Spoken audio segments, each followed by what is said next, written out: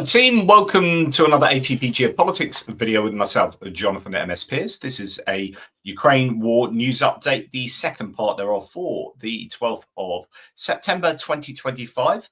The world is going typically crazy at the moment.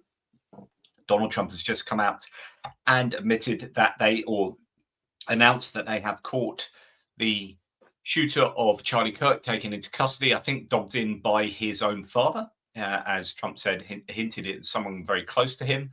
The rumors are it's his father, so that could be sewn up soon. We had heard that it was some kind of pro-trans activist because bullets, this all came from 4chan, bullets had TRN written on them until it was pointed out that TRN is a manufacturer of the bullets, and this whole like conspiracy theory of the shooter being some kind of trans activist sort of went down a pan because the symbols on the bullets that were claimed to be denoting X, Y, and Z were actually not denoting that whatsoever. And anyone with half a brain cell concerning, identification of armament, which you thought the FBI would be onto, would know that. But anyway, that sort of came and went as a theory, although it's still prevalent online. But that could all be wrapped up fairly soon in terms of finding the person and then putting them through the process of due process of the law. But there, even Trump has come out and said he should be sentenced to death penalty, and that's all it's all going to bias the actual due process. But it's going to be very interesting to find out what the rationale behind it was, what the ideology of the shooter was. The images of the person caught on CCTV showed him wearing what many are claiming is a disabled veterans t-shirt. So had the flag and Land of the Free, what is it? Land of the Free, something of the Brave. But so it's have to wait and see. So many conclusions have been jumped to very early. It might be that they end up being correct, but we don't know at the moment. Okay, so we're not really talking about that, but I thought I'd mention that. Something else I was going to mention as well just before we go on, and that is that Trump has come out and said, the other thing he said concerning that is, I'm really concerned for our country. We have a great country. We have a radical left group of lunatics out there, just absolute lunatics, and we're going to get that problem solved. Get that problem solved. I mean, he's incapable of uniting the country. So there seems to be this desire to show further division. But actually, this is what I was going to mention, that Trump has conceded to confidants that he misjudged Putin's desire for peace, but he rejects the notion that he's being manipulated by Netanyahu. So interesting that there's this claim that he's being both manipulated by Putin and manipulated by Netanyahu. I would argue actually both of those claims are true. Interesting picture there, because that's of him with either some kind of stroke-related drop of the mouth or Bell's palsy or something like that. That photo really does show it. Actually, I did a video on that last night, talking about what his drooping mouth might pertain to. Anyway, let's get on and do military aid like you are expecting.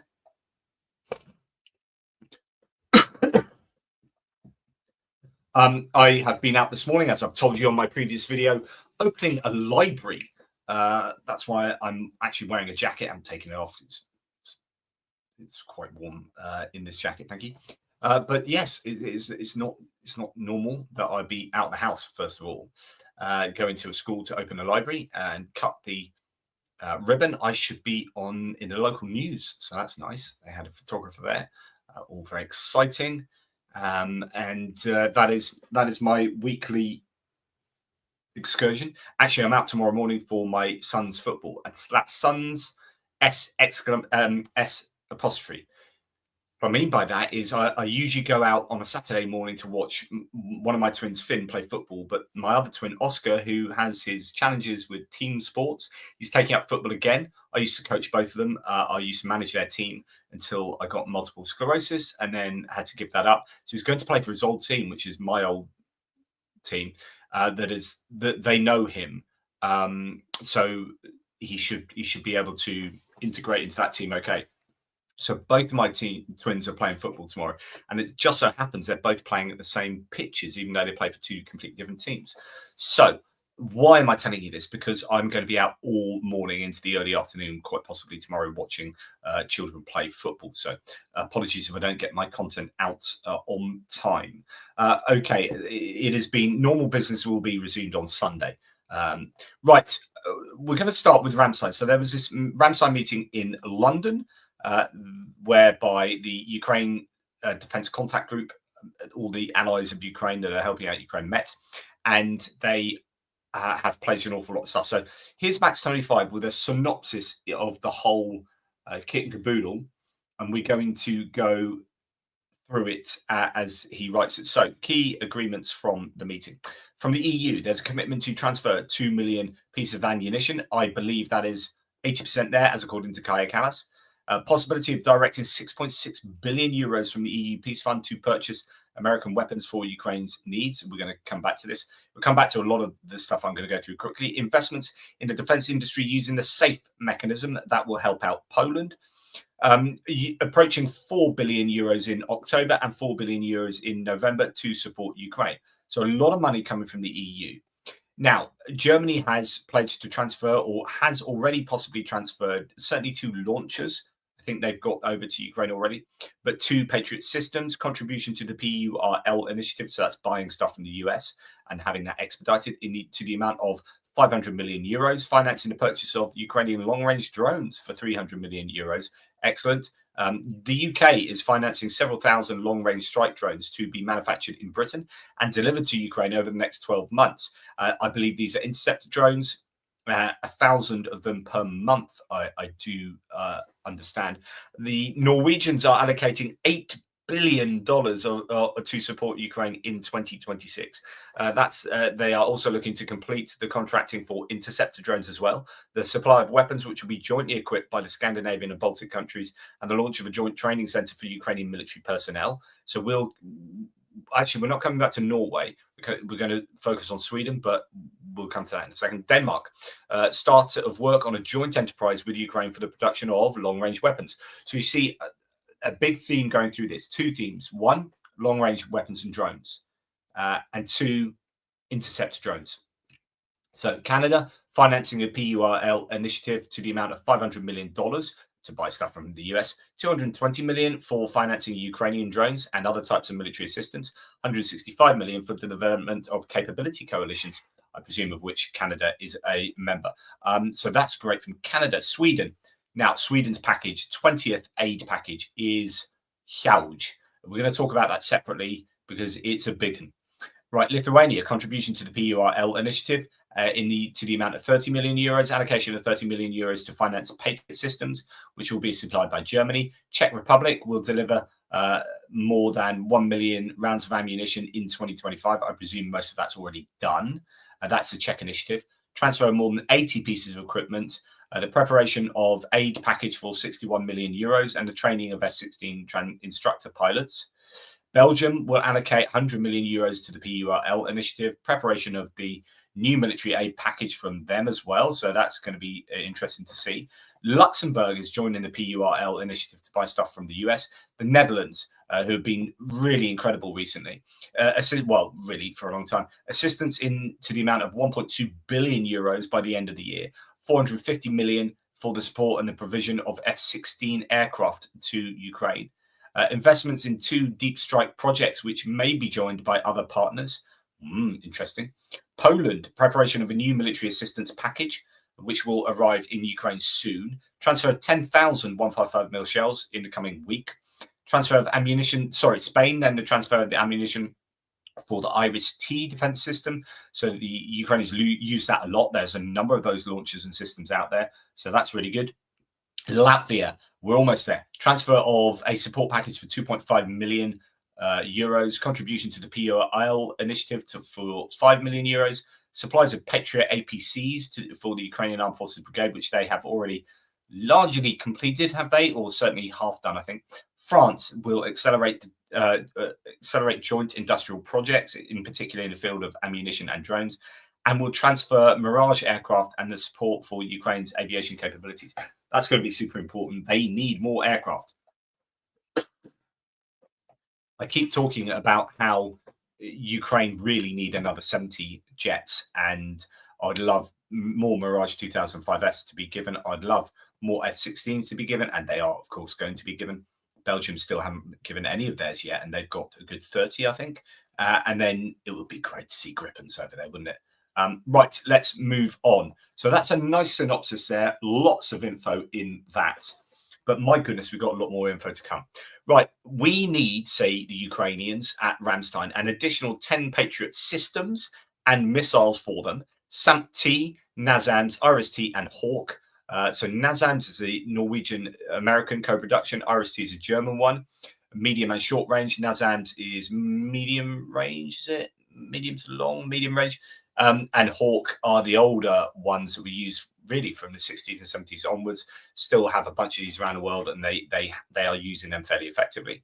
This is urgent as Russia plans further attacks on our energy and infrastructure, said Defense Minister Denis Shmyhal. Now, I think there's a really interesting discussion to be had around Patriot versus SAMP-T. I don't understand it. We are going to talk about this later because Denmark has just ordered, they've decided to go with SAMP-T, not Patriots, right?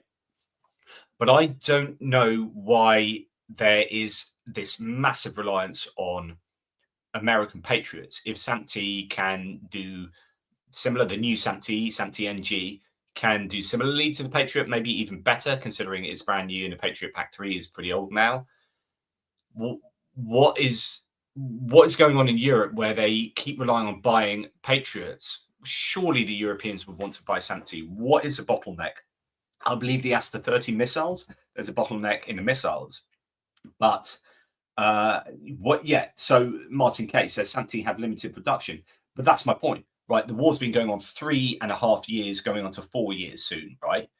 That limited production should have changed. If Europe is serious about their own defense industry, then that absolutely should have changed. So, and I don't know why it hasn't. It's really frustrating because I would like to see SAMP-T prevail rather than, from a European point of view, rather than Patriots. Alas. Okay, so we're going to start then after having already started, but that's the synopsis. We're going to look at the EU. So the EU is unlocking $7 billion from frozen Russian assets to form a drone alliance against Russian mass production. This is to produce drones, I believe. The EU will provide Ukraine money in advance funding for drone manufacturing, as Ukrainian unmanned systems account for over 2/3 of Russian equipment losses. So they recognize that drones are the key. Here's a whole bunch of money coming from the frozen Russian assets. So this is, and I don't want to relitigate my opinion, but my opinion is I'm slightly on the side of the EU not giving all 200 billion, I mean, differing numbers depending on who you're talking about, but say all the Euroclear stuff, 220 billion or whatever it is, let's say 300 billion in total. I understand. I think I prefer Ukraine to just be given quite a big amount of money fairly consistently and leave that big pot of money there, ideally to be used as reparations after the war. So you're skimming off the profits, using that to consistently buy stuff for Ukraine or give to Ukraine.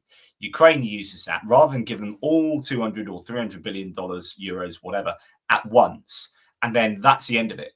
And then they blow that all, and there's nothing else you can really do. That money's gone. Whereas skimming off the top and then having that in reserve for reparations, I think will be super, super powerful. So I am slightly on the side of that. I know most of you out there are like, no, give them the whole lot now. No, I'm not so sure. President of European Commission Ursula von der Leyen has announced an advance of 6 billion euros to the loan. So that's what we're just talking about, $7 billion, 6 billion euros, financed by the proceeds of frozen Russian assets for the production of drones. So that looks like it's definitely for the production of drones. Now, it's not just that, but Ukraine has also received, so I think this is separate from what we just heard, and they have received 1.2 billion in financial aid from the EU, according to the Prime Minister, and that's coming from frozen Russian assets. So I think the $7 billion is due to come. That's a further $7 billion of the frozen Russian assets, and this is they have received 1.2 billion just now, and that is great news that those frozen Russian assets are generating enough income to do that fairly consistently. Okay. We have the EU weighing another 6.6 billion euro fund to buy US weapons for Ukraine, according to Denis Shmyhal, the now defense minister. During the Ukraine Defense Contact Group, so at Ramstein, we received an important signal that support for Ukraine will continue and grow stronger. So there could be another then bunch of money to go towards the PURL initiative by the looks of it. That would be to buy US weapons. Now, Ukraine is running out of defense cash, said the Ukrainians just before Ramstein. So that's September the 9th. They are saying Kyiv needs $7 billion. They're running out of defense cash in weeks to avoid frontline salary delays. So people fighting the front line are risking not getting paid. So I think that EU money is going to go possibly towards that, but then it was set aside for drones and American weaponry. So I don't know. Yet billions in civilian aid sits untouched, locked by Western restrictions. It's really frustrating that there's a whole bunch of money locked in the EU still, because the Hungarians, Viktor Orban and Péter Szijjártó and whatnot, they've put a veto on that going, a kibosh on that going over. The fight over unlocking frozen Russian assets may decide how democracies fund wars. But yeah, I've just kind of talked about that. Now we get on to Sweden, and Sweden appear to be pretty damned awesome at the moment. Sweden has committed $7.5 billion in aid to Ukraine. They've announced a new $840 million military aid package. The government has decided to increase the military aid to Ukraine from 2026 to 2027 to 40 billion Swedish krona, 3.7 billion per year, which is phenomenal for a country of that size. Now, their new aid package looks pretty cool. Sweden's announced this new aid package worth $1 billion US. So that may have been, that says $840 million. So, and then it says billion, anyway, somewhere around that amount. Actually, no, it says $985 million. So, okay, slightly more than previously stated there. Okay, this includes artillery and long-range capability. So 18 artillery, Archer self-propelled guns. These are excellent pieces of kit. And yeah, there is a question whether you prefer one Archer or like two Bogdana self-propelled guns from the Ukrainians, because they are half the price. I presume, I'm not talking about Caesars, but I presume Archers would be somewhat similar. But anyway, 18 Archers, super cool. Artillery ammunition and long-range drones, that's to the value of 385 mil. Marine material, costing coastal surveillance radars, troop boats with grenade launchers. So that could be the CB-90, the Combat Boat 90. I don't know.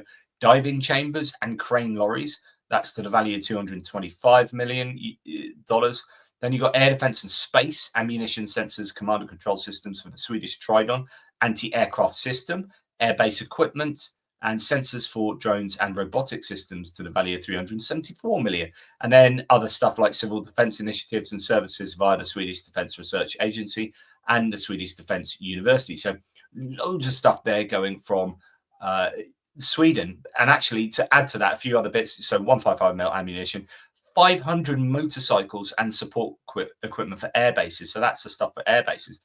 32 combat boats, a bit more meat on the bone there. Programmable 40mm shells for anti-aircraft weapons. And yeah, an absolute bunch of stuff. So that's really good news from Sweden. Then we have good news from the UK as well. UK pledges $193 million in Ukraine aid and hits Russia with new sanctions. So the UK really continuing to turn up here. This is at a time when the UK is financially in quite a lot of bother. So I'm wondering where this money is coming from. That 193 million is for humanitarian aid or winter aid for over the winter period, probably for energy and fuel and whatnot.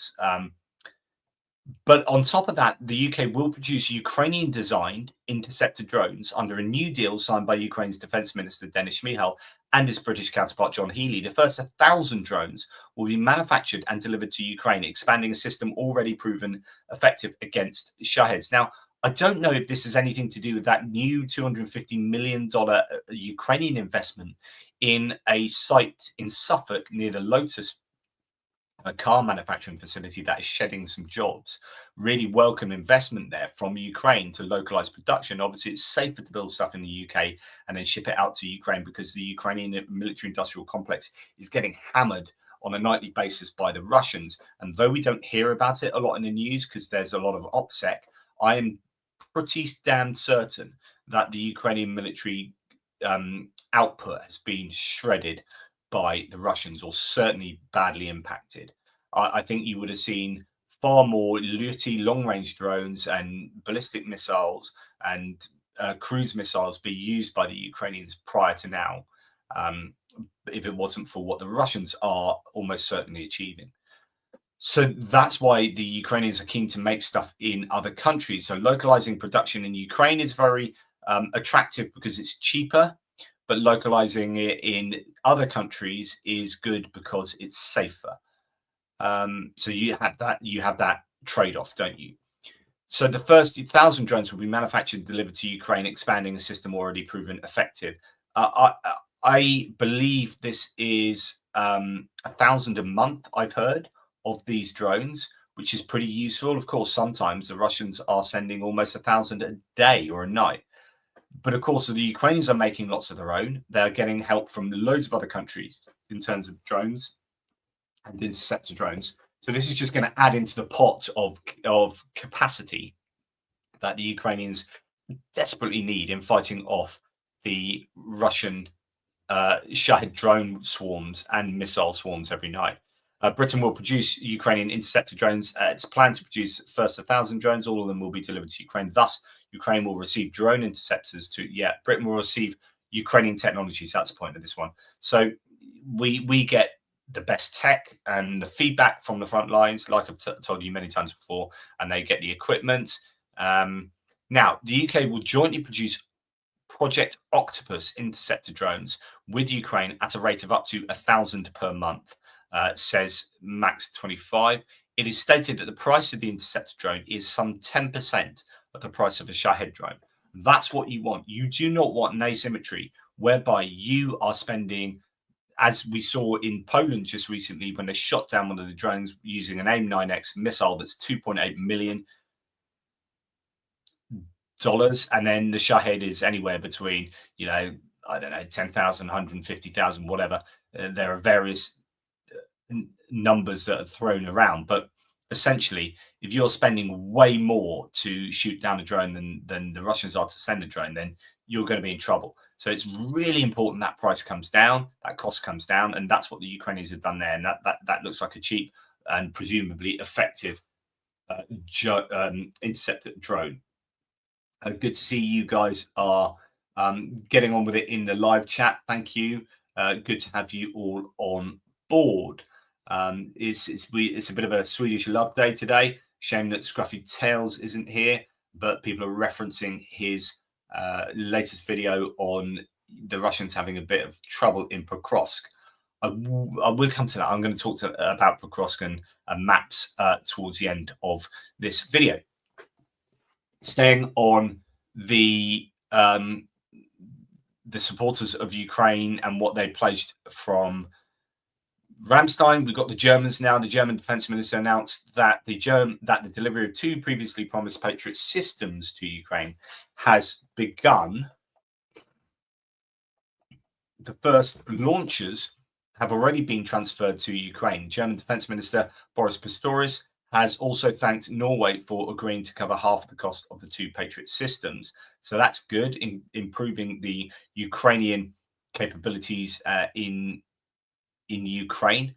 During Ramstein meeting in London on Tuesday, September the 9th, Germany's defense minister unveiled a €300 million initiative to strengthen Ukraine's drone capabilities. So again, you're adding this to what the the British may be doing, although this might not be. This is not interceptor drones; these are long-range drones. But each country is helping out in their own way, often with drones. The plan involves direct cooperation with the Ukrainian defense companies to supply long-range drones on a large scale. According to the minister, several contracts have already been signed with the Ukrainian manufacturers covering the delivery of thousands of drones of different types. Yeah, so to better understand possible scale of the program, one of Ukraine's most widely used long-range drones, the FP1, has a publicly listed price of about $55,000 per unit. So each FP1 costs about $55,000. It's pretty good, actually. So that is a drone that's comparable to the Shahed. It might even have a bigger warhead than the Shahed. I might need to look at that, actually. But that's not a bad price for a weapon that can do some serious damage when, other nations, other NATO nations are looking at the cost of like cruise missiles, ballistic missiles, and their kind of long range drones. They don't really have strike drone capability at the moment.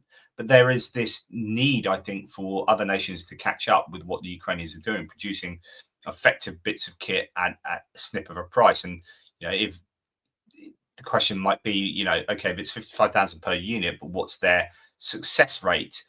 They might have a lower success rate than a cruise missile because they're easier to shoot down.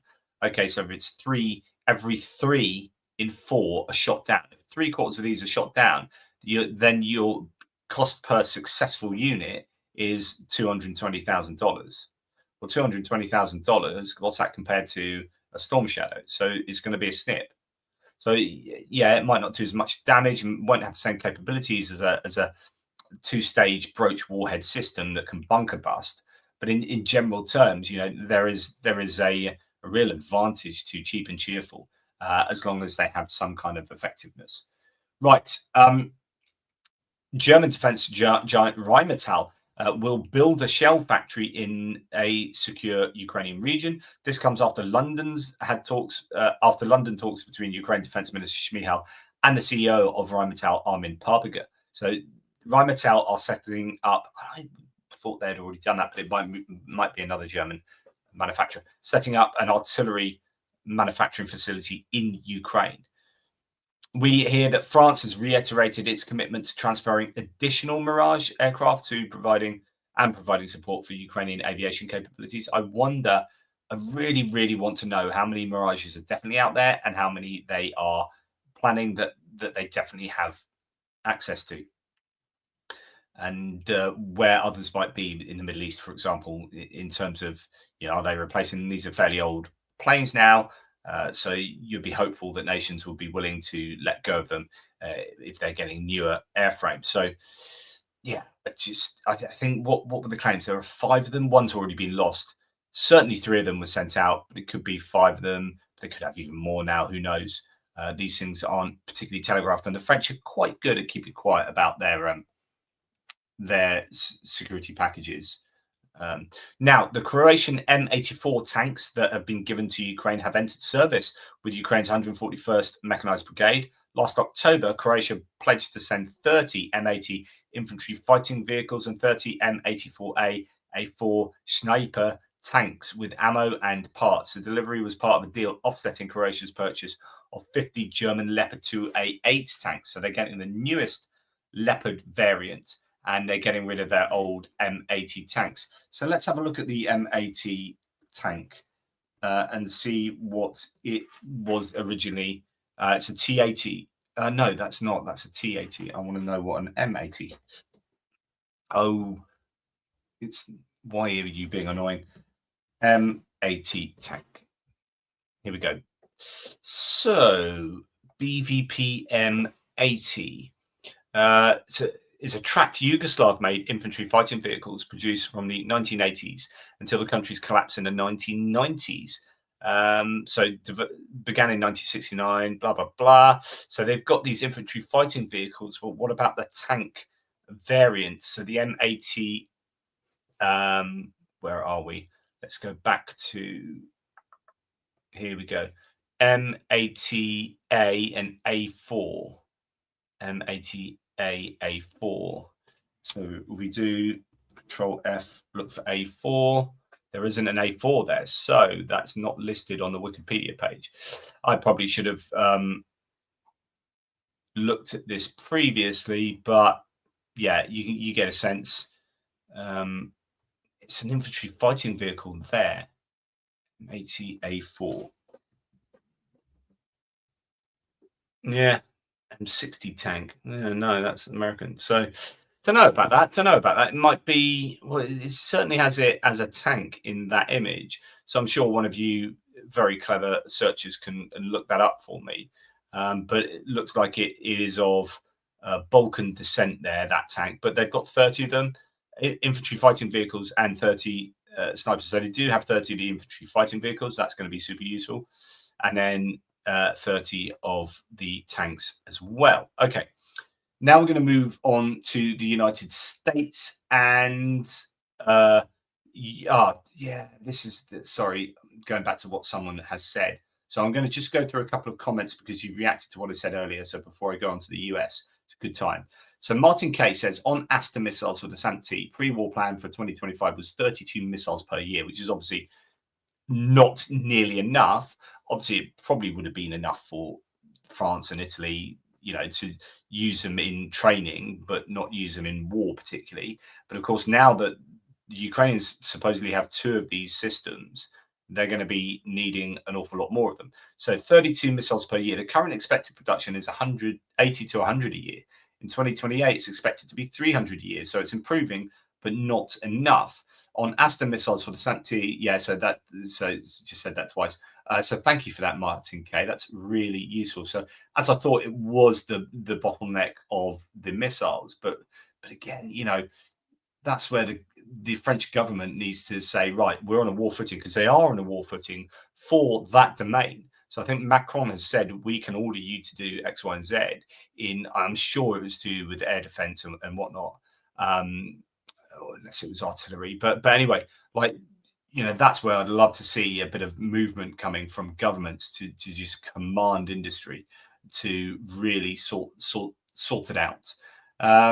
Now, talking about more aircraft. So I keep saying they need 70 more aircraft, and Peter van der Voorde says Ukraine has no place to safely store or hold too many aircraft, and this is an issue. And like I talked to you about the military-industrial complex being struck successfully by the Russians, on a consistent basis. The same will be said, or can be said, of the air bases. So Starokonstantinov, an air base in Khmelnytsky region, is routinely hammered because they know that's where they keep the Su-24s with their Storm Shadow missiles. Previously, that was a big thing, and now F-16 are probably going to be flying from there, maybe a couple of other places. Now, the Ukrainians hopefully have built underground bunkers or protective shelters to try and mitigate against that. But you start having too many planes in Ukraine, it's not about so much their safety in the air, it's their safety when they're parked up on the ground. Now, my theory has long been, and I know this will put extra costs, time, fuel, wear and tear, and all this on the planes, but I think NATO just needs to be a bit more ballsy. I think generally NATO needs to be a lot stronger and more robust against Russia. But I would say you store those planes over the border in Romania or in Poland or wherever, where the Russians can't hit them. And when you need them, you fly them over, refuel them at an airbase. So they fly, land, take off, do their sortie, and then go back to Poland. Now, that's a long time in the air, and that's a lot of expense for just a sortie where you're dropping probably guided glide bombs. So, you've got to work out whether that's worth it. But there are options outside of just housing those planes, I think, in Ukraine. And I would like to see them, try and work out some options around that. But that is a very salient point.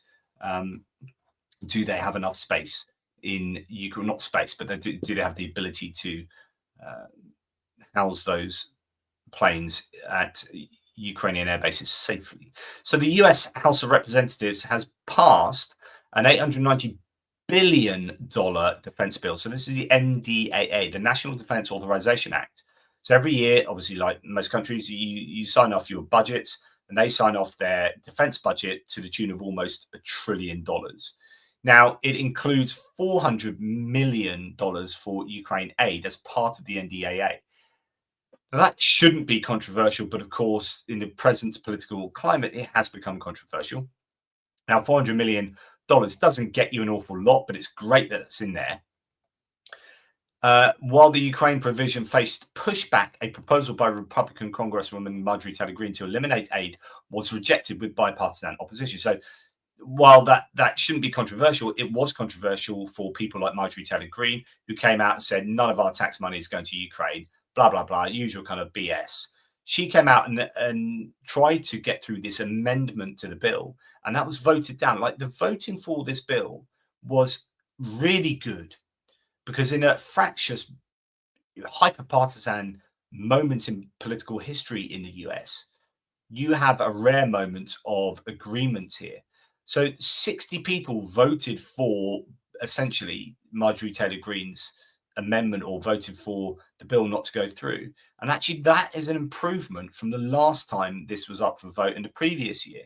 The House just overwhelmingly voted to continue providing military support to Ukraine by 372 to 60 votes, says Representative Don Bacon, who's a Republican from Nebraska, but he is not running again next time. So he's now starting to come out and say much more critical things about Trump. For example, the other day, he said Trump was weak on Ukraine and worse than Biden, and Biden wasn't that good. That's what Don Bacon was saying. So that's a real shot across Trump's bow. I think Trump would just ignore it and not really be bothered about someone who's not going to run again in next November.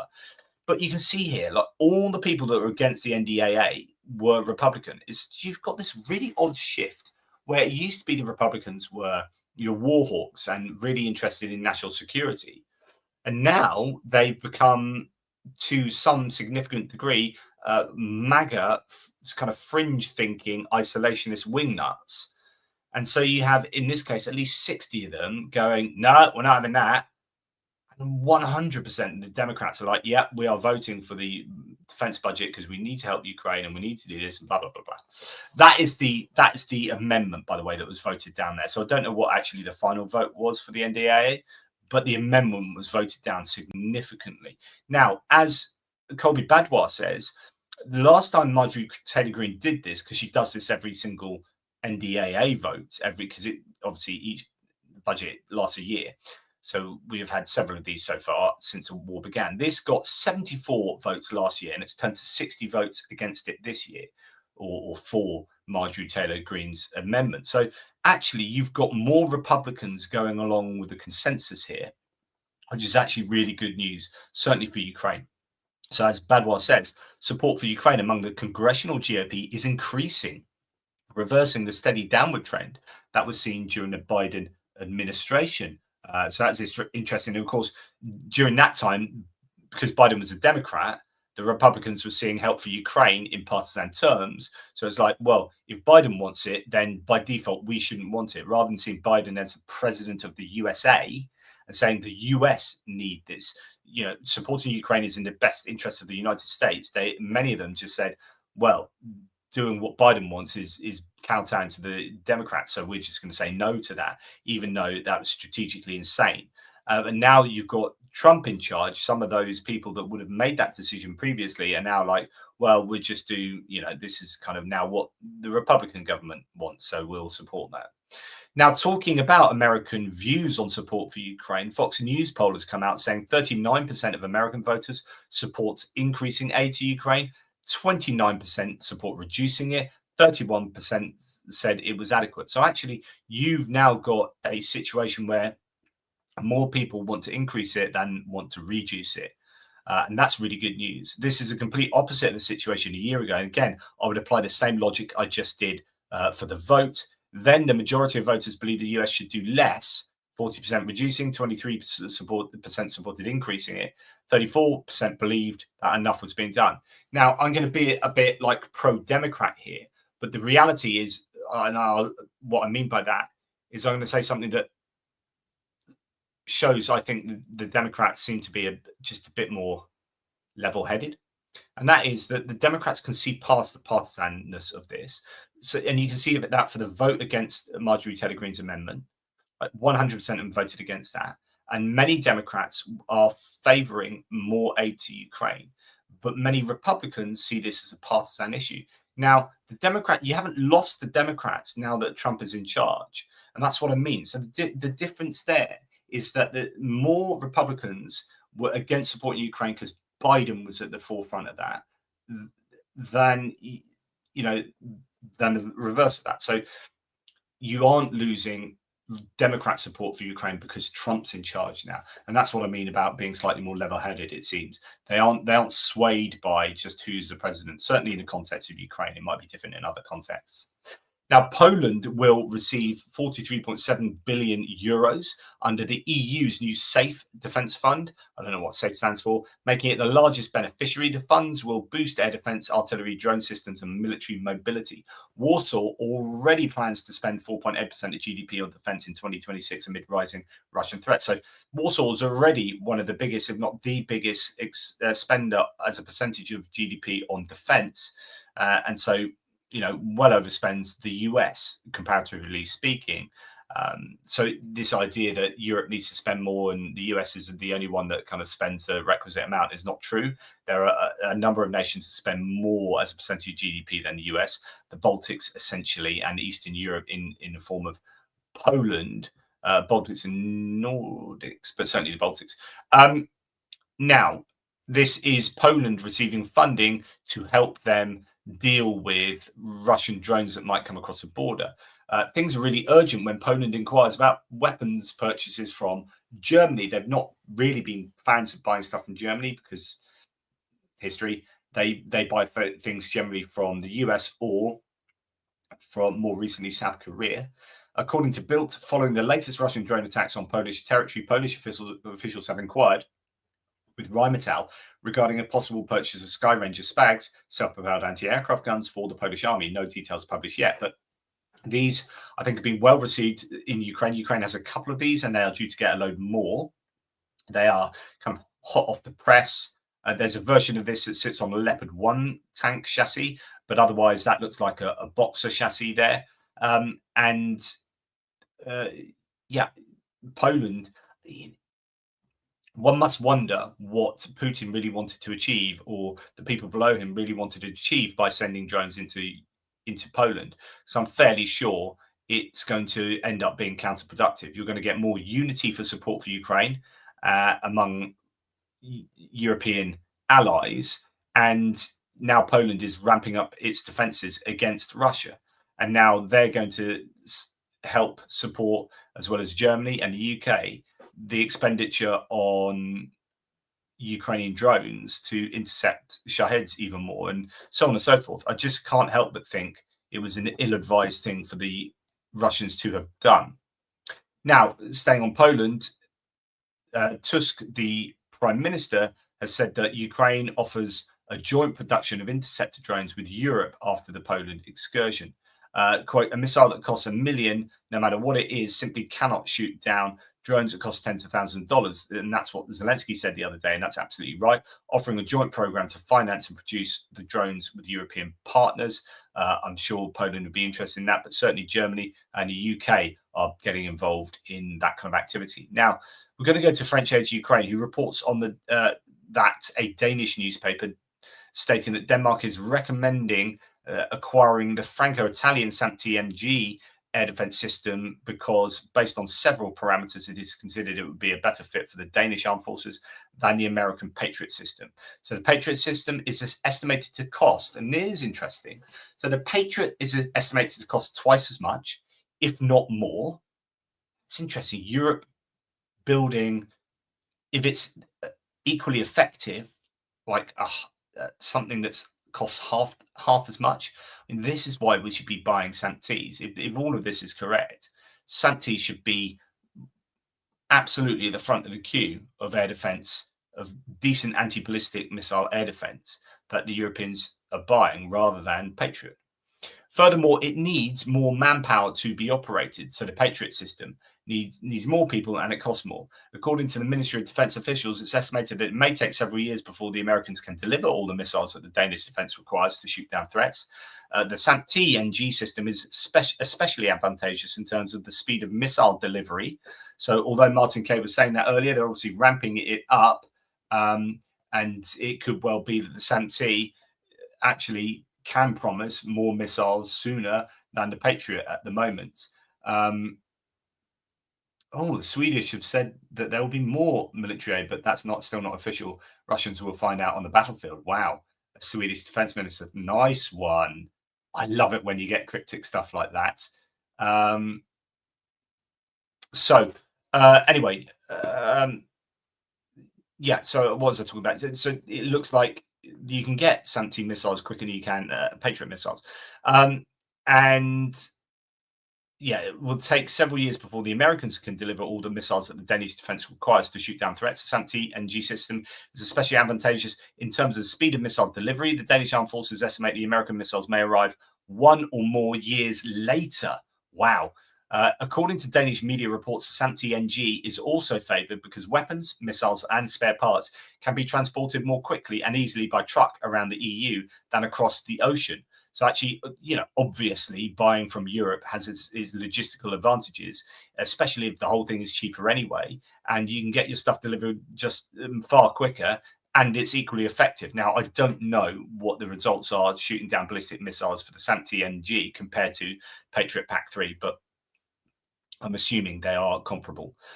Should this come to fruition, Denmark would become the 3rd European operator of the Mamba, or the SAMP-T system, and the 4th worldwide. Either way, the only European system capable of dealing with hypersonic threats. It's the only European system, of course, the Patriot can. So there we go. That's that for the first section. We're now going to go to Ukrainian stuff. But before we get there, I'm just going to put myself back in front of you.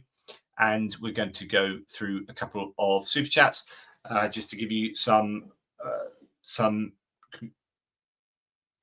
big love. My brain is, I'm not getting enough sleep at the moment, and my MS brain is sometimes getting the better of me, and I'm really struggling to find words and use substitute phrases quite often, and you won't notice a lot of times.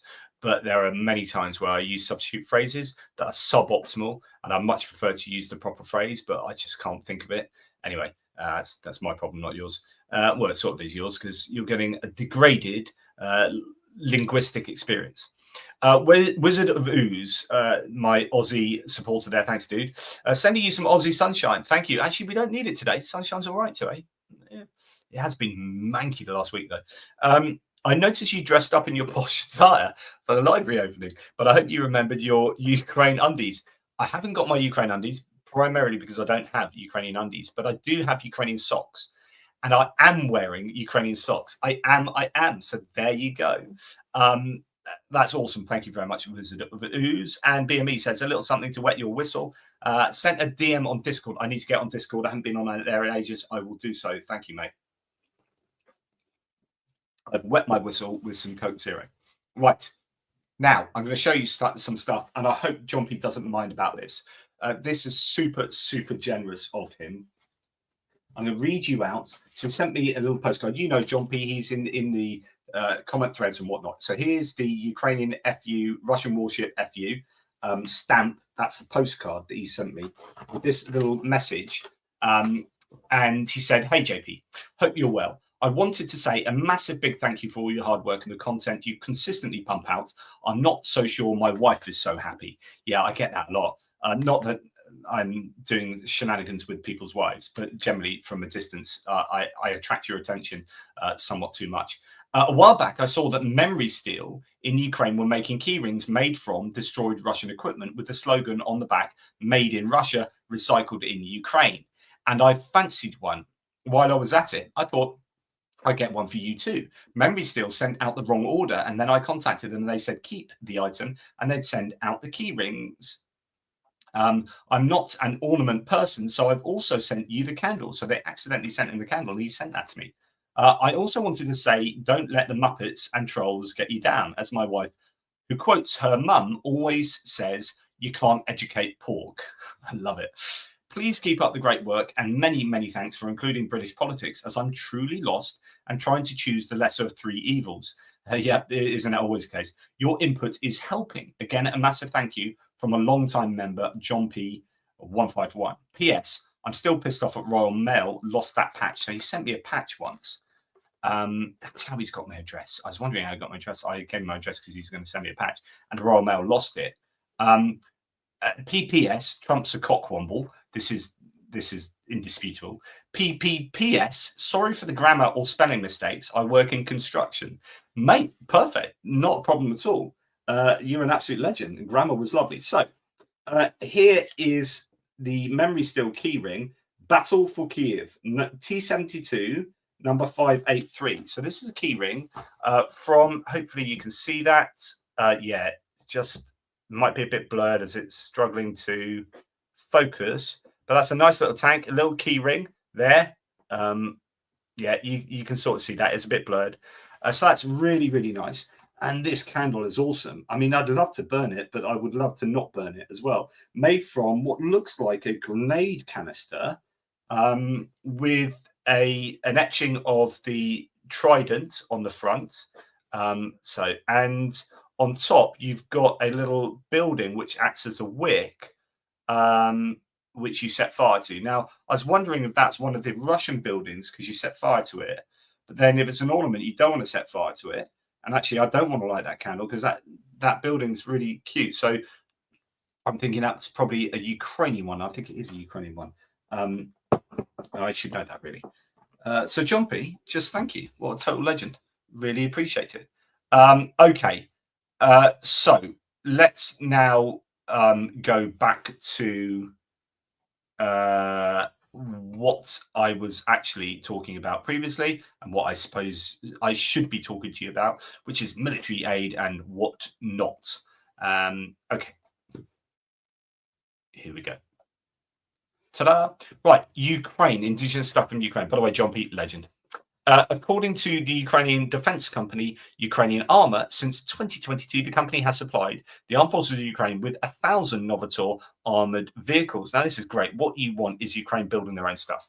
Money coming into Ukraine to build this stuff rather than money going to other companies outside of Ukraine to build their stuff and then import them to Ukraine or export them to Ukraine. Now, like I've said to you many times, I'll very quickly explain it again.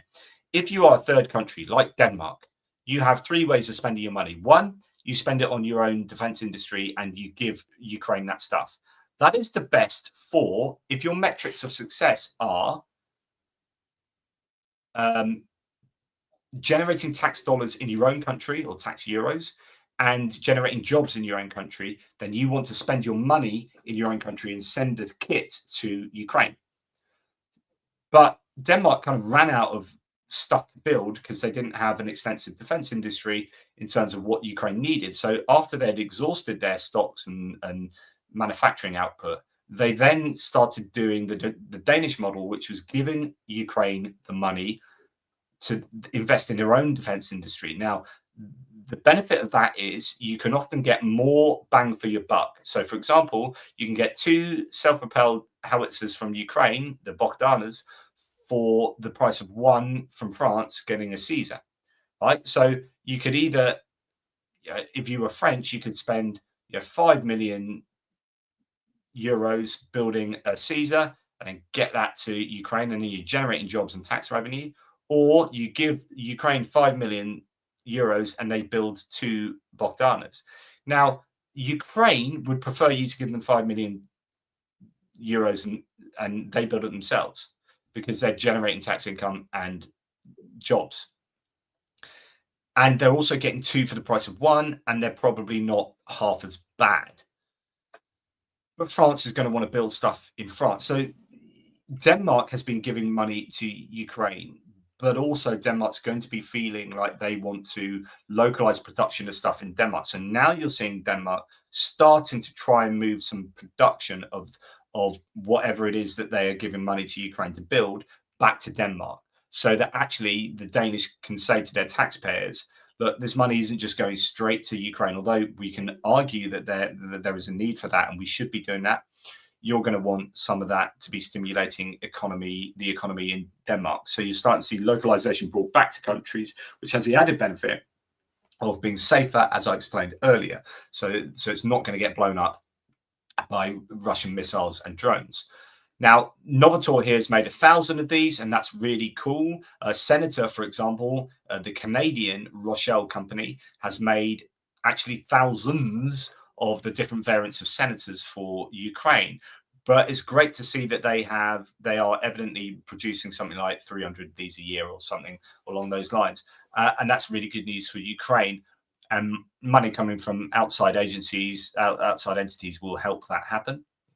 Until recently, military analysts had to spend hours manually processing imagery for drones. Now, a Ukrainian-made AI program called Clarity is changing that. So this is United 24 reporting that meet Clarity, Ukrainian AI to hunt Russian forces in seconds and not hours.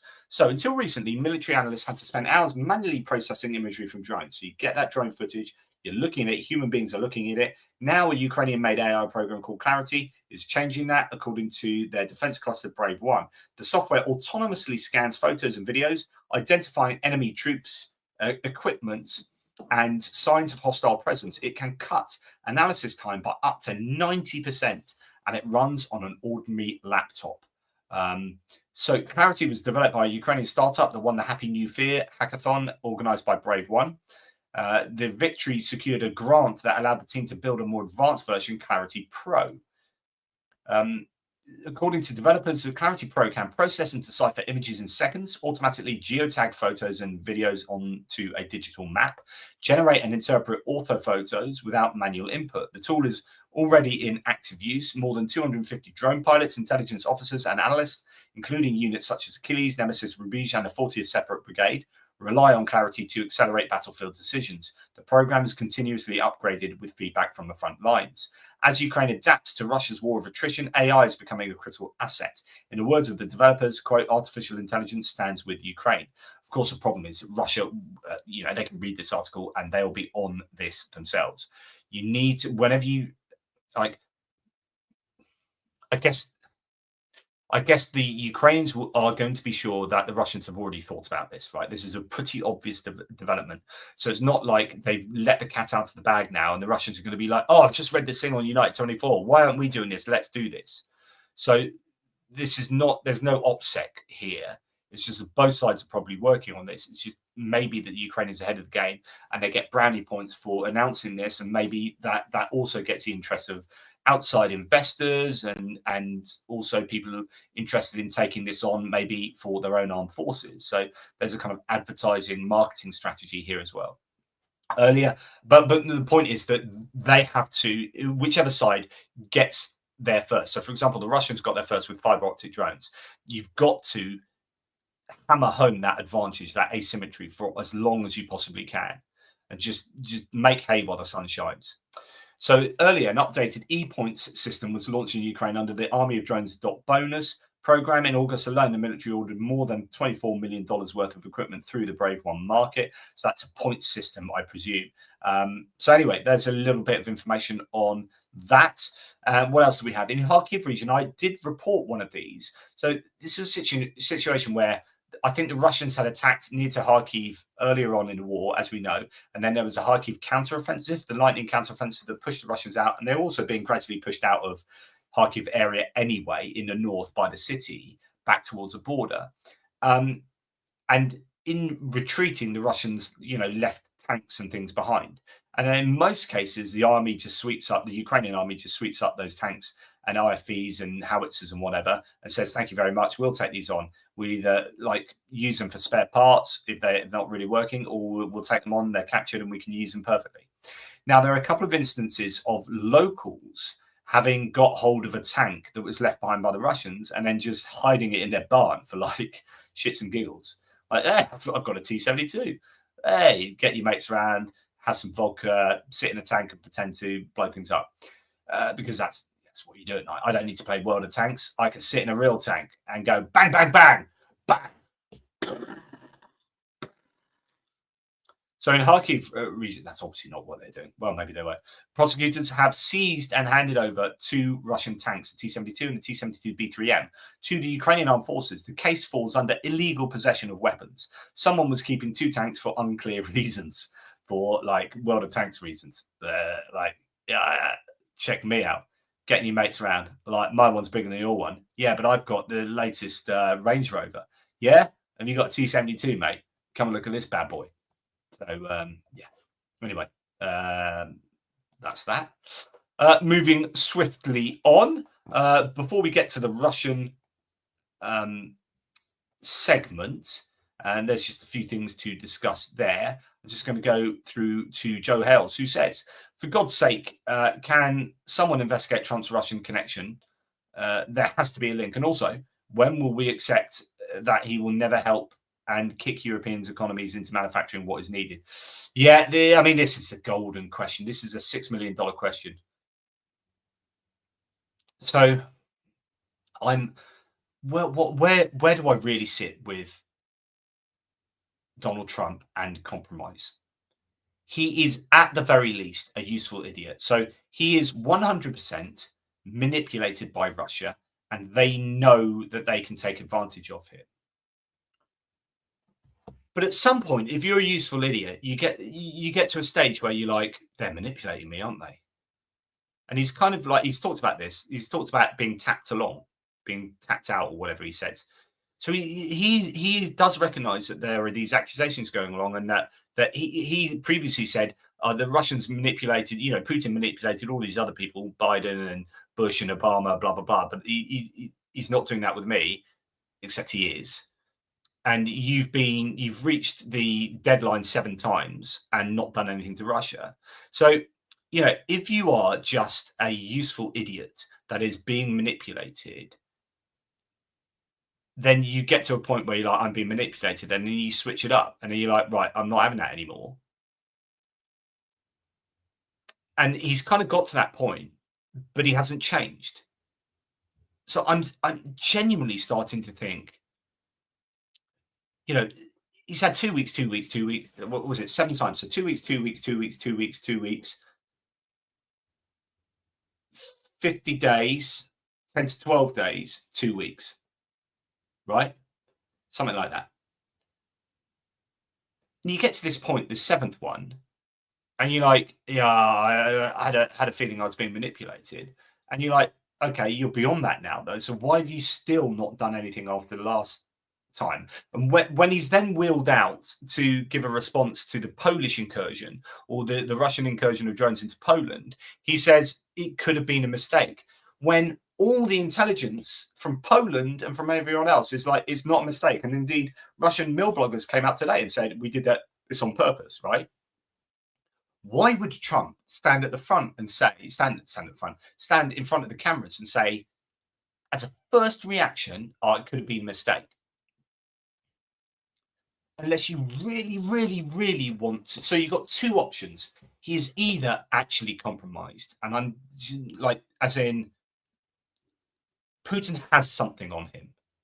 The claim from Musayev, this former KGB, former Kazakhstani intelligence chap, now a parliamentarian, he said previously that actually he was recruited and he was called Krasnov. So this is why people call Trump Krasnov now, is that his code name was Krasnov, and they would recruit businessmen, American businessmen. He went over in 1987, or from 1987 onwards, blah, blah, blah. And then that explains why he went over to Moscow in 87, then came back and took out full-page broadsheet adverts in whatever it was, New York Times or whatever, saying that, slagging off NATO and NATO expansionism. And you're like, hang on, that's a Russian talking point.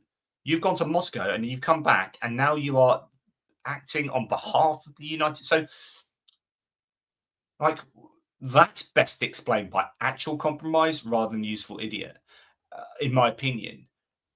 So he's either actually compromised, or he's keeping on doing this because he's so freaking aligned with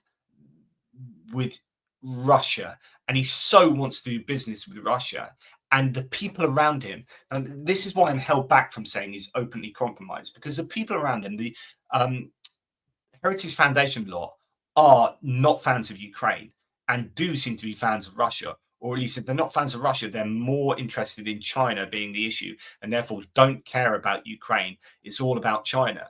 And so we'll take stuff away from Ukraine to give it to our Indo-Pacific region.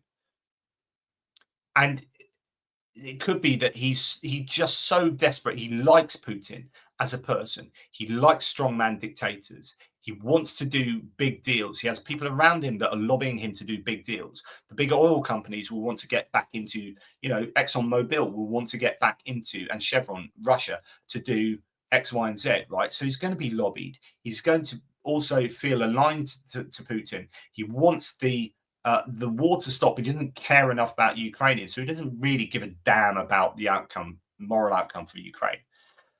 And I think that can still somewhat explain why he's not adhering to any of the threats that he has laid down on the Russians. Now, the claim from this morning in the Politico article is that the European leaders have finally convinced Trump that Putin is not interested in peace. And that sounds really good. It sounds really positive that actually after 7 months of idiocy, he's going to actually finally come around to reality. Reality eventually bites. But then, as I say, he goes out and says, well, those drones could have been a mistake. Is that him just off the cuff wanting to be supportive? He's just got this intuitive desire to be supportive of Putin and Russia, or is he actually compromised?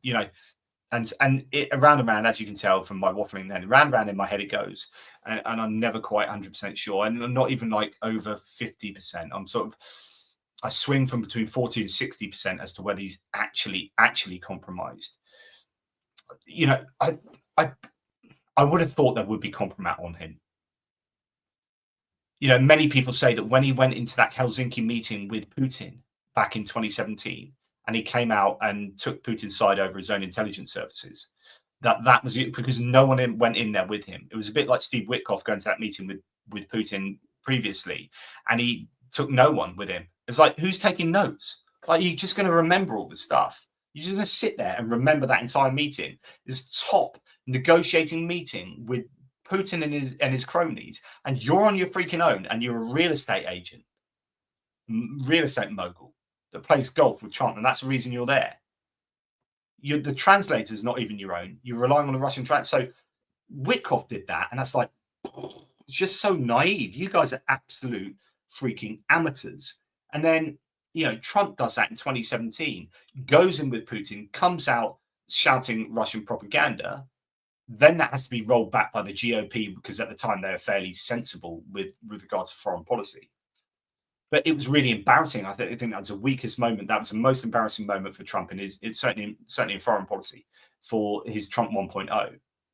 Now, that many people say was the opportunity for Putin to while there was no one else in the room but the translator, for him to say, we've got this on you, mate.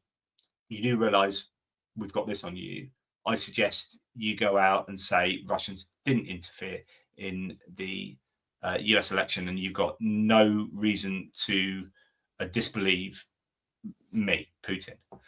But also, you can imagine Putin just charmed him, and Trump just comes out and said, yeah, I believe this guy rather than my intelligence agencies, because have you listened to him? He's a really nice guy, that Putin. Like him.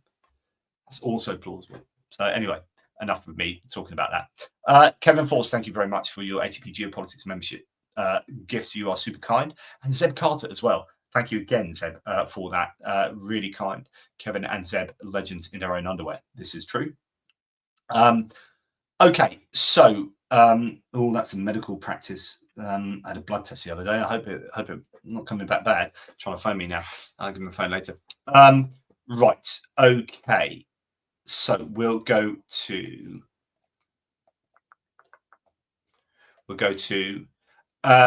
the Russian segment of this, which you can't see at the moment. Kyiv Independent.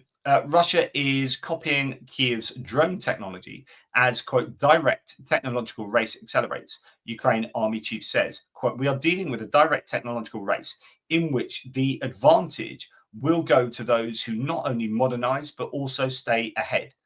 That's Ukraine's commander-in-chief, Alexander Syrsky. And of course, this is exactly what both sides are doing all the time. They're just in technology races when it comes to whether it be that AI component of video and imagery analysis, whether it be in drone tech, whatever, counter-drone tech, missile tech, counter-missile tech. We are dealing with a direct technological race, which the advantage will go to those who not only modernize, but also stay ahead. You've got to make hay while the sun shines, but also stay ahead. So the Russians with the fiber optics, they were ahead there. So what can you be ahead in? You can be ahead in producing the number of drones and also fiber optics. So, the ability for fiber optic not to get caught, not to snag, have longer spools, so on and so forth. They have better countermeasures. So if you have a countermeasure against a fiber optic drone, whatever that may be, get ahead with countermeasures. So you need to stay ahead of the game in whatever domain you're talking about. This is Roy, a good source for stuff here, saying a Russian test of a Molniya 2 kamikaze drone with fiber optic communication. So now you've got a fixed wing. So this is exactly what I was just talking about.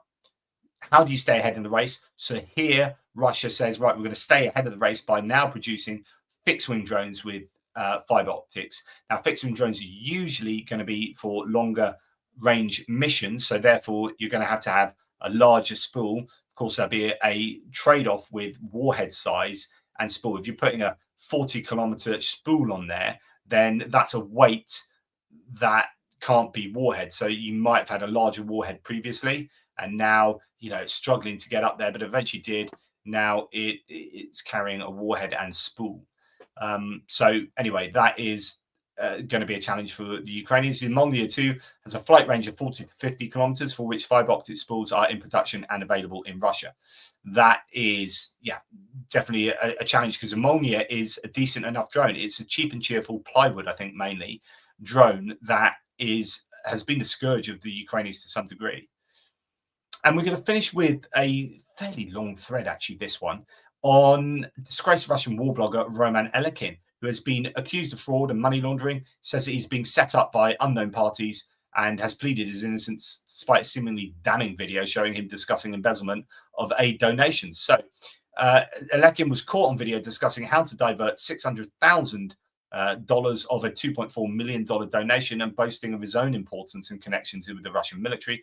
The story has been covered widely in the Russian media. Elekin now says the video was recorded without his knowledge during a meeting in Kursk on the 1st of July with representatives of a businessman who wanted to make a large donation to humanitarian aid collections for Russia's frontline troops in Ukraine. The video was first published by the 112 Telegram channel, which appears to have close connections with the Russian security forces and is often the first to publish videos of interrogations and detentions. State-owned media channels subsequently publicized the video.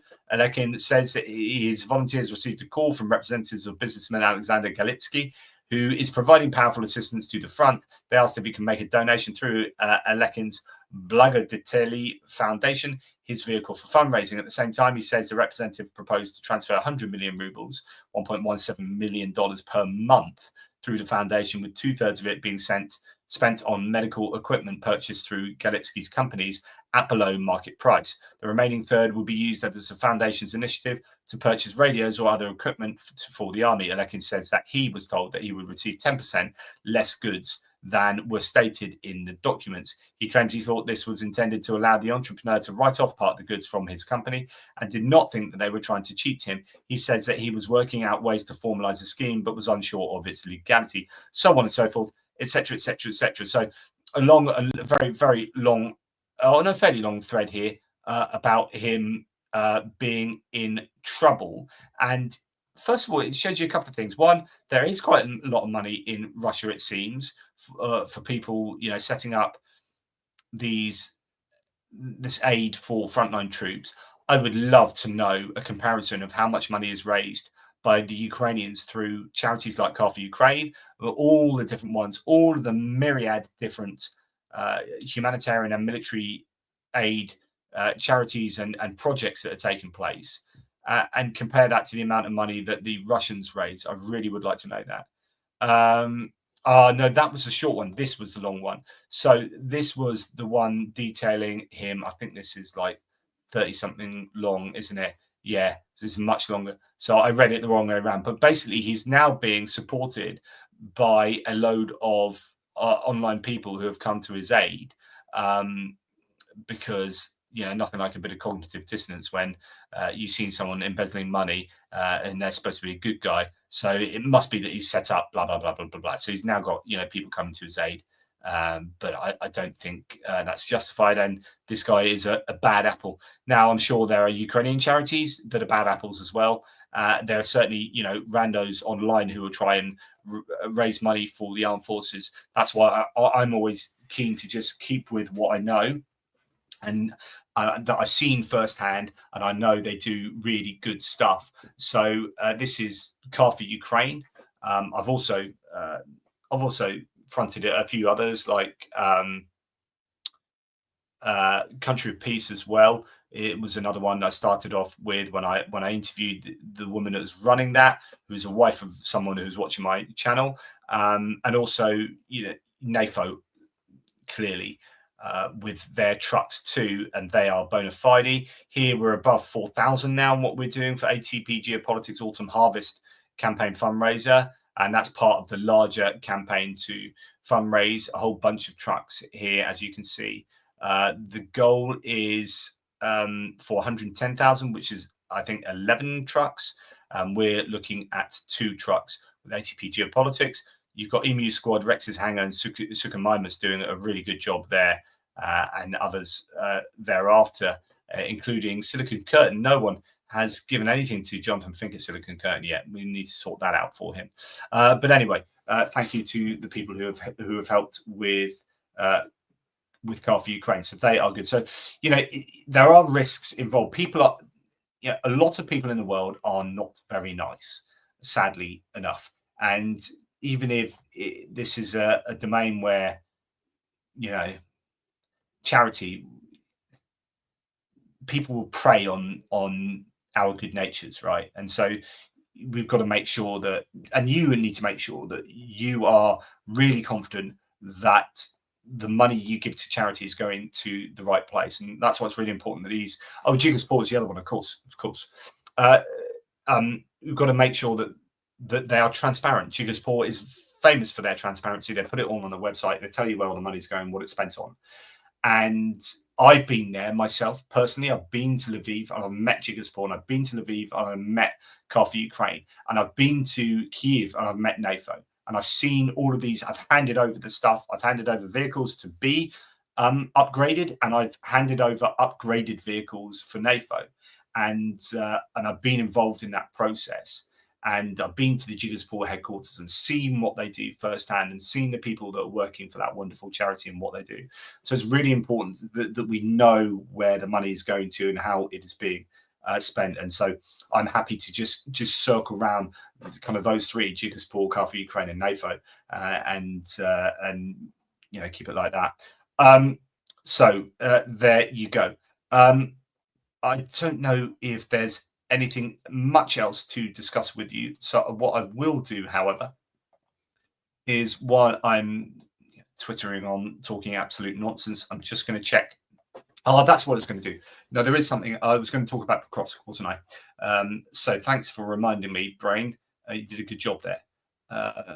We are going to look at some of these maps. Now, you can lift some criticisms about some of these maps because they aren't always like super accurate. Some of the mappers are kind of very pro-Ukraine and will jump on there being rumors of good stuff happening. I know Sean Pinner shared a map today that I saw someone really criticize. And there are issues for Ukraine along the front line as well. So, for example, if I now bring you to what I'm looking at. So one of the issues for Ukraine is further south from Pokrovsk, where the Russians are actually gaining some momentum. And in that more southern Donetsk area, it is concerning there. So that's something to look out for. But there are really good. In fact, if I find you this, there are some really good signs coming from Pokrovsk, and in fact, Scruffy Tails has done a video this morning on what's going on in Pokrovsk. Sorry, because I hadn't actually prepped all this up. I just thought I'd randomly talk about this. So here is Scruffy Tails's his opening landing page for his YouTube channel, Scruffy Tales of Warzone. Please subscribe to him if you want to get really good mapping analyses of what's going on. Obviously, still keep watching mine.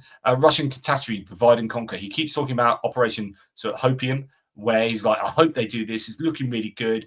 And it seems to be coming true in the Dobropilya direction. Now, take these maps with a pinch of salt, but basically you've got the Russians trying to extend westwards here, while the Ukrainians are coming up from the south to try and cut them off from in this sector, and coming from the north down through Vladimir and whatnot, and then cutting off this area, and then Kucherry Yar further to the north, cutting off a sector there as well.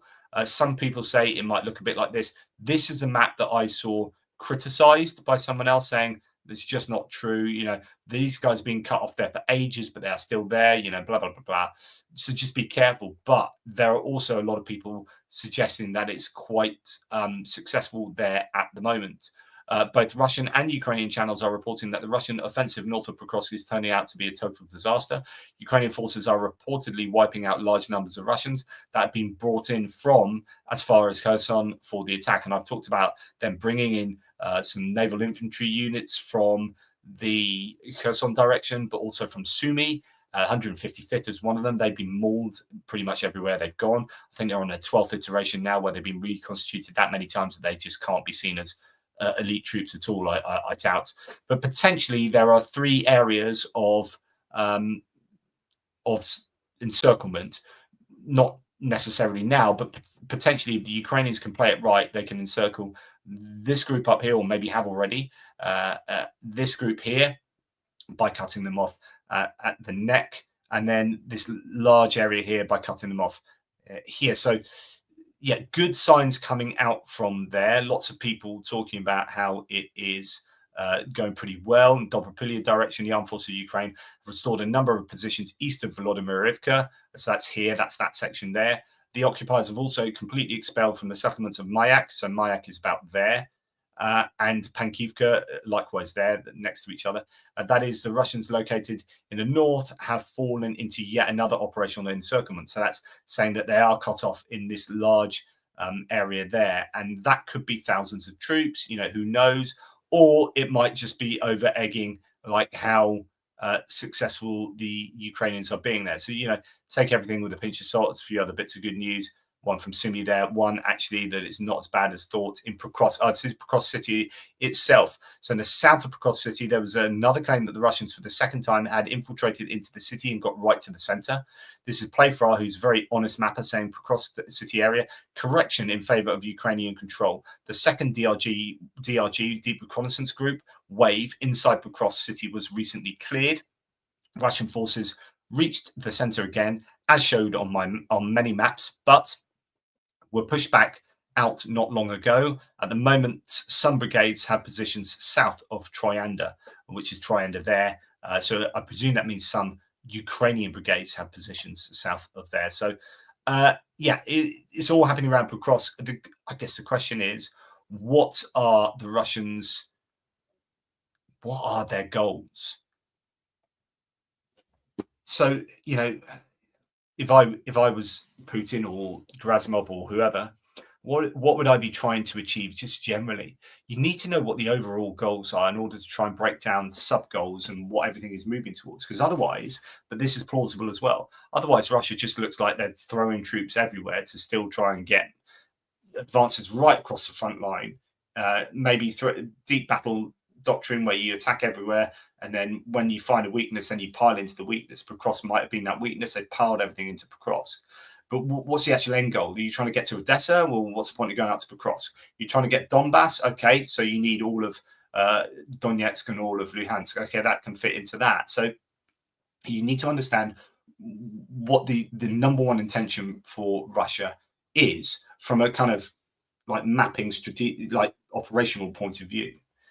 And I don't know that we know that, because sometimes I wonder whether they know that, and they're just like fighting the war to try and still.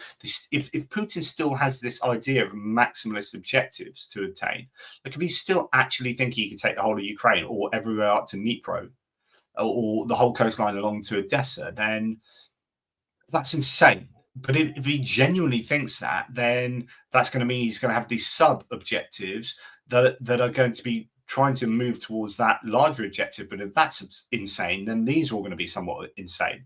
So, where is Putin's head at, or where are his generals' heads at? And I don't know. But there's some good news for the Ukrainians along the front line in certain areas, but of course challenges elsewhere, because Ukrainians just do not have enough people.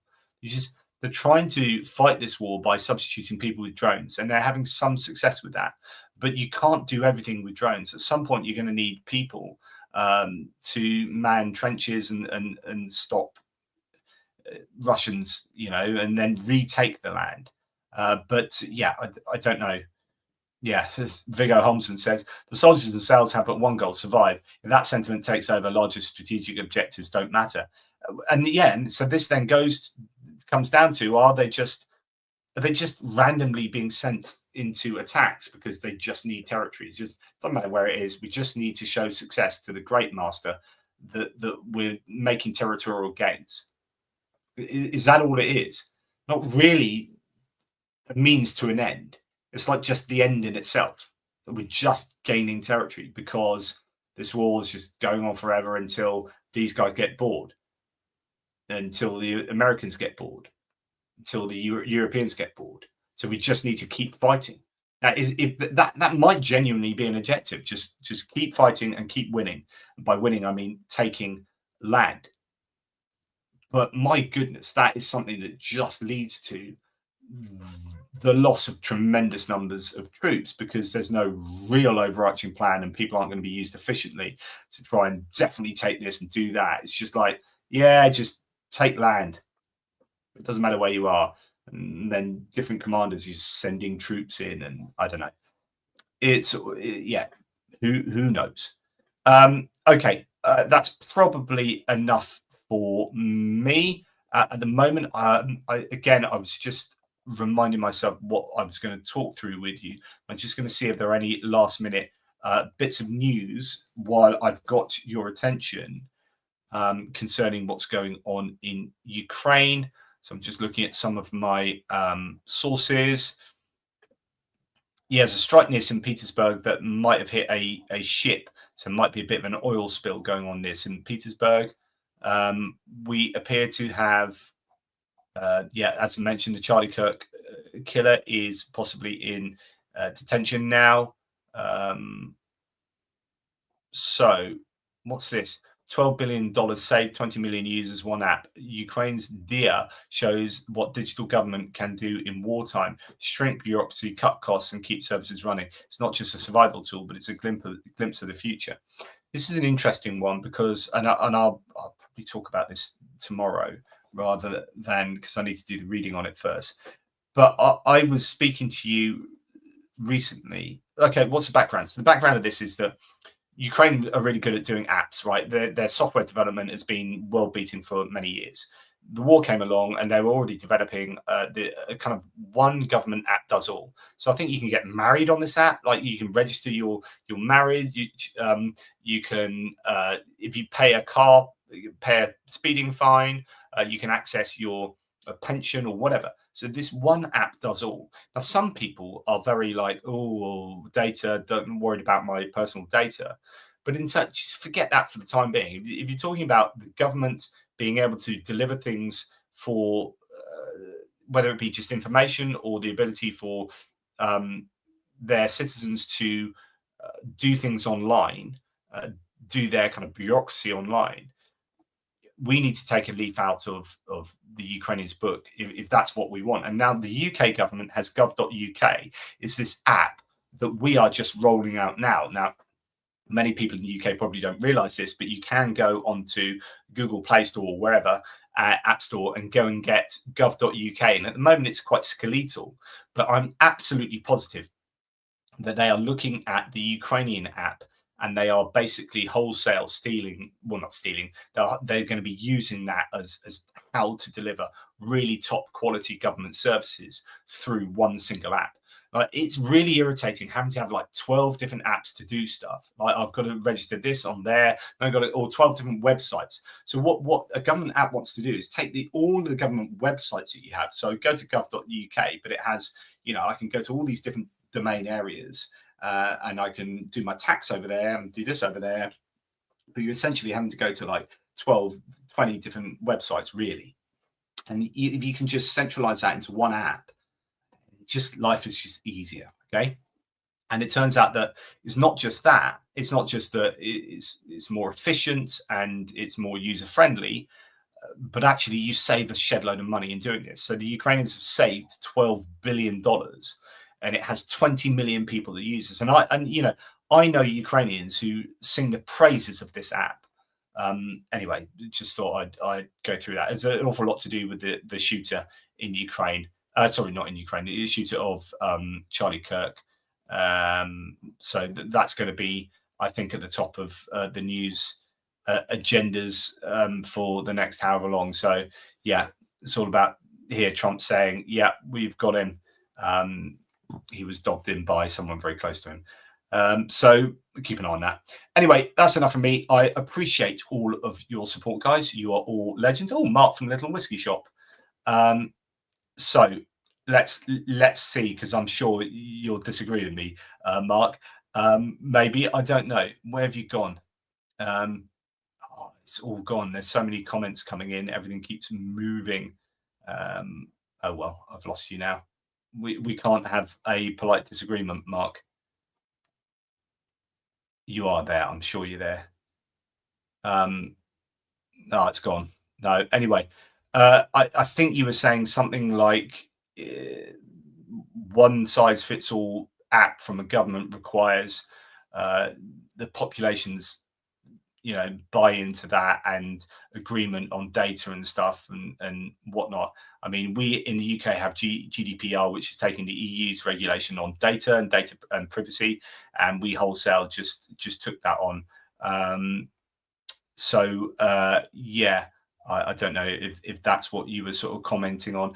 Can I just say thank you very much to the mods? I really appreciate it. People like Cheryl and everyone who works really hard to keep the threads actually really kind of healthy. Oh no, it wasn't. It was Vigo. It wasn't Mark. Sorry, it's Vigo. That's why I couldn't find it. Integrated bureaucracy require the citizens' trust, which in many countries is non-existent. Yeah, that's a super important thing. So